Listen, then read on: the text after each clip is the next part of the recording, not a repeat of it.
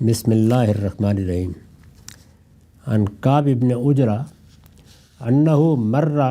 بسلمان وهو مرابط فی بعض قرى فارس فقال له سلمان ما لك ها هنا؟ قال ورابط قال الا اخبرك بامر سمعته من رسول الله صلی اللہ علیہ وسلم یقول رباط یوم و لیلۃ فی سبیل اللہ خیر من صیام شہر و قیام ومن مات مرابطا فی سبیل اللہ اجیر من عذاب القبر وجرى علیہ صالح عملہ الذی کان یعملہ الی یوم القیامہ واجری علیہ رزق۔ اس روایت کا متن اصلاً الجہاد سے لیا گیا ہے۔ یہ ابن ابی عاصم کی تصنیف ہے، رقم ہے 311۔ ترجمہ یہ ہے، کعب بن عجرہ رضی اللہ عنہ سے روایت ہے کہ ایک موقع پر گزرتے ہوئے سلمان فارسی رضی اللہ عنہ سے ان کی ملاقات ہوئی۔ یہ خود بھی صحابی ہیں۔ ایک موقع پر گزرتے ہوئے سلمان فارسی رضی اللہ عنہ سے ان کی ملاقات ہوئی جو فارس کی کسی بستی میں سرحد کی حفاظت پر مامور تھے، یعنی سرحدوں پر جو لوگ تعینات کیے جاتے تھے وہاں وہ اپنی کوئی ذمہ داری انجام دے رہے تھے۔ سلمان نے انہیں دیکھا تو کہا تم یہاں کیا کر رہے ہو؟ کعب نے جواب میں کہا میں سرحد کی حفاظت کر رہا ہوں۔ سلمان نے کہا کیا میں تمہیں ایک ایسی بات نہ بتاؤں جو میں نے رسول اللہ صلی اللہ علیہ وسلم سے سنی ہے؟ آپ کا ارشاد ہے اللہ کی راہ میں ایک دن اور ایک رات سرحد کی حفاظت میں مشغولیت ایک مہینے کے روزوں اور قیام اللیل سے بہتر ہے۔ یہ انہوں نے رسول اللہ صلی اللہ علیہ وسلم کا ایک فرمان ان کو سنایا۔ دیکھا کہ وہ یہاں سرحد پر ہیں، اور جب سرحد پر لوگ ہوتے ہیں تو یہ معلوم ہے کہ اس میں اس طرح نمازیں پڑھنا بھی ممکن نہیں ہوتا،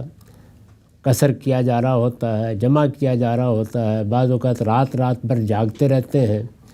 اس میں قیام اللیل بھی اس طرح کرنا ممکن نہیں ہوتا۔ تو حضور نے فرمایا کہ ہمارے دین میں عبادات کی اللہ کے سامنے حاضری کی بڑی اہمیت ہے، لیکن جب کوئی شخص اللہ کی راہ میں کوئی ذمہ داری انجام دیتا ہے اور وہ اس کی ایک ایسی ذمہ داری ہوتی ہے کہ جس میں ادنا غفلت بھی بڑے نقصان کا باعث بن جائے، تو اللہ تعالیٰ اس کے جاگنے کو، اس کے حفاظت کرنے کو، اس کے وہ ذمہ داری انجام دینے کو ان سب چیزوں سے بھی بڑھا دیتا ہے۔ تو فرمایا کہ اللہ کی راہ میں ایک دن اور ایک رات سرحد کی حفاظت میں مشغولیت، یعنی جب کہ آدمی اللہ کی راہ میں اللہ کے لیے یہ کام کر رہا ہو تو یہ بھی ایک مشغولیت ہوگی اور للہ ہوگی، لہٰذا یہ بھی عبادت ہے۔ تو یہ عبادت ایک مہینے کے روزوں اور قیام اللیل سے بہتر ہے۔ اور جو شخص اللہ کی راہ میں سرحد کی نگرانی کرتے ہوئے مر گیا وہ قبر کے عذاب سے محفوظ رہے گا۔ یعنی اگر کسی معاملے میں کچھ تنبیہ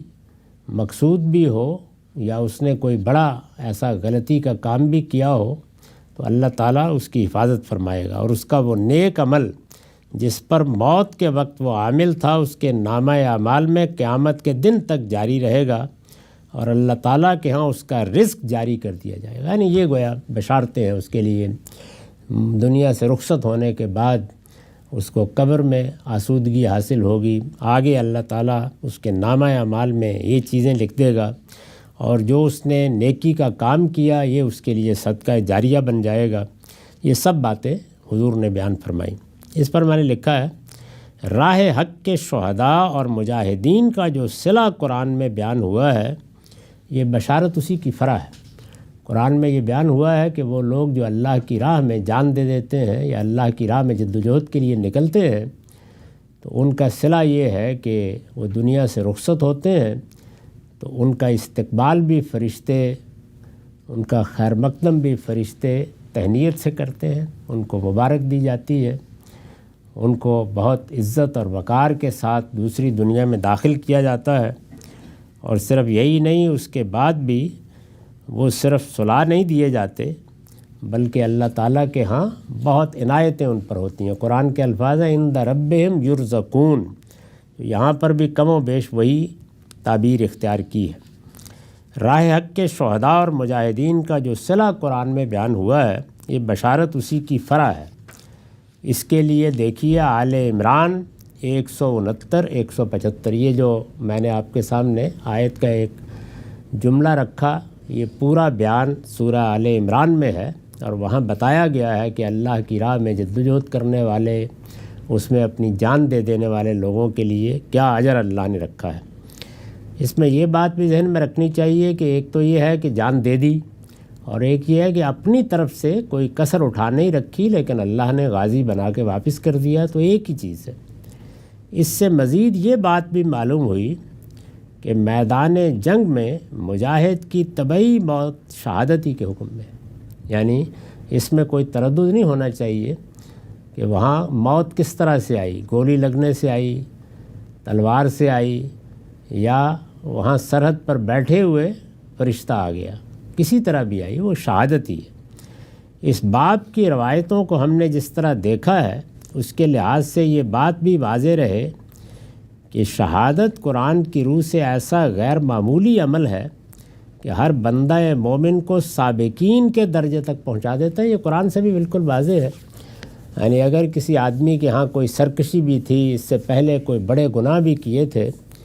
تو اس طرح سے اللہ کی راہ میں نکل کھڑے ہونا اور پھر آخر میں اپنی جان تک قربان کرنے کے لیے تیار ہو جانا یا کر دینا، یہ ایسا غیر معمولی عمل ہے کہ یہ پچھلے تمام معاملات کو ختم کر دیتا، بلکہ اس سے آگے بڑھ کر سابقین کے جو سب سے بڑا درجہ ہے وہاں تک لے جاتا ہے۔ چنانچہ اس کا انجام بھی وہی ہوتا ہے جو سابقین کے لیے بیان ہوا ہے۔ تو سابقین کا انجام قرآن میں یہی بیان ہوا ہے کہ ان کے لیے اللہ کے ہاں سرفرازی ہے، نعمتیں ہی نعمتیں ہیں، ان کے ہاں قبر کے عذاب کا کیا سوال اور اس طرح کی کسی گرفت کا کیا معاملہ، اللہ ان پر اسی طریقے سے کرم کرتا، اپنی نوازشیں کرتا، اور پے در پے انہی نوازشوں کے ساتھ وہ موت سے لے کر جنت تک پہنچتے ہیں۔